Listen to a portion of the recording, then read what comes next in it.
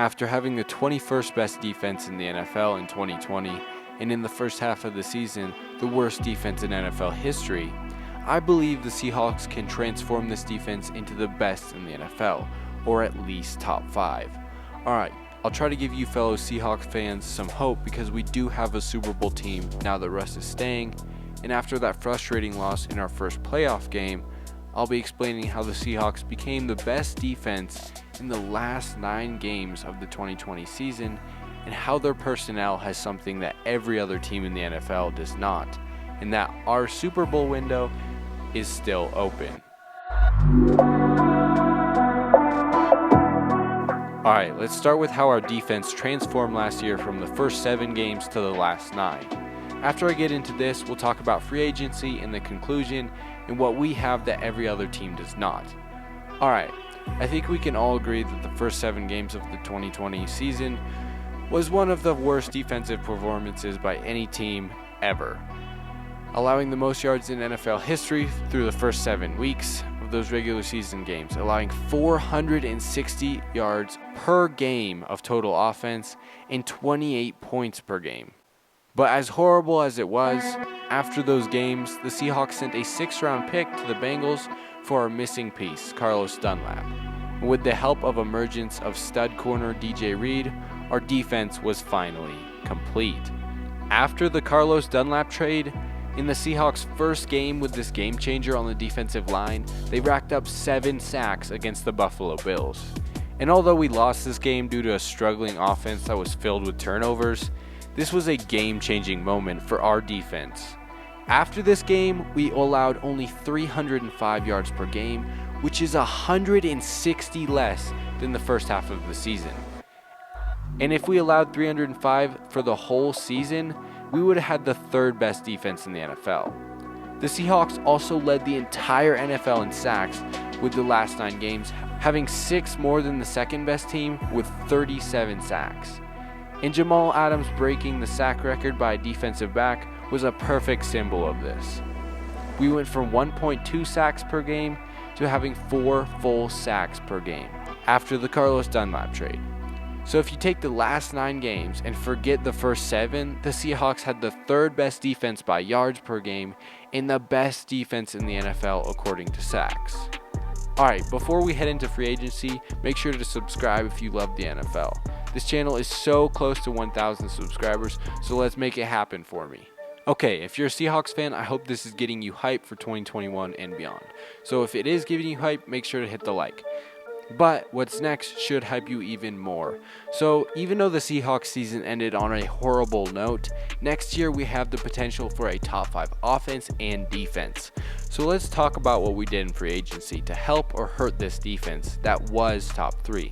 So obviously the first thing we need to talk about is losing Shaquill Griffin to the Jaguars, who also signed all of our other free agents, including Carlos Hyde, Shaquem Griffin, Shaquill Griffin, and Philip Dorsett.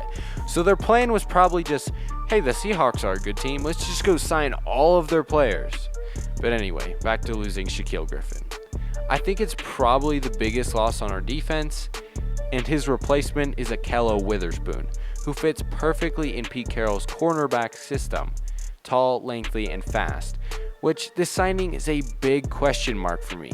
I have seen him shut down top wide receivers, and I've seen him get benched. So he could be much better than Shaquill or much worse. So our starting corners should be DJ Reed, who has super high potential after last year, and Akello Witherspoon. Alright, on the defensive line, I thought we had greatly improved until we released Jarran Reed, who had 6.5 sacks for us last year at the defensive tackle position. But since he's no longer on the defensive line, I have to say we're probably very similar to last year. We have Carlos Dunlap back as well as Benson Mayowa, and our newest defensive end, Kerry Ryder, who led the 49ers in sacks last year with 8.5. And to replace Jarran Reed, we signed an old Seahawk, Al Woods, who's very consistent. And then we have our early 2nd-round pick from last year, who could not play in 2020 because of a knee injury, Darrell Taylor. So I think we have a ton of depth at the defensive line, and we can always keep fresh defenders on the field. Alright, which brings us to linebacker. And no, KJ Wright is not coming back unless he takes a pay cut, which he has said he will not. So it's been a great 10 years.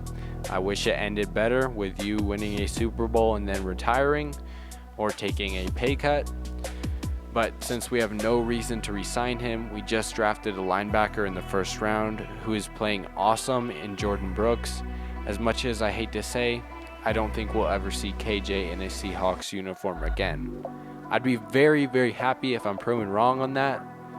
But I think Bobby Wagner, Jordan Brooks, and I'm assuming Cody Barton will be the starting linebackers for our team in 2021. And now, last but not least, at the safety position, we have All-Pro Jamal Adams and Pro Bowler Quandre Diggs, which is probably the best position group on our defense, maybe other than linebacker.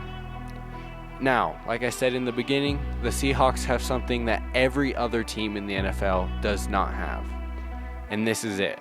They have a generational talent at every level of the defense. Carlos Dunlap, defensive line, Bobby Wagner, linebacker, and Jamal Adams, secondary.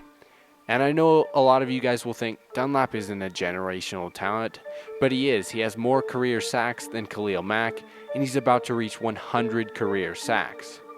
So what other teams have a generational talent at every level? Rams don't. They don't have a good linebacker. 49ers do not. They do not have a great defensive back anymore now that Richard Sherman is gone. Steelers don't have a linebacker either. Washington football team doesn't have defensive back or linebacker.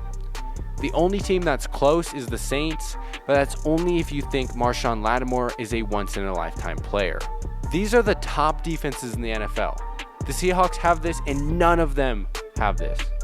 This is why I think the Seahawks could have the best defense in the NFL in 2021.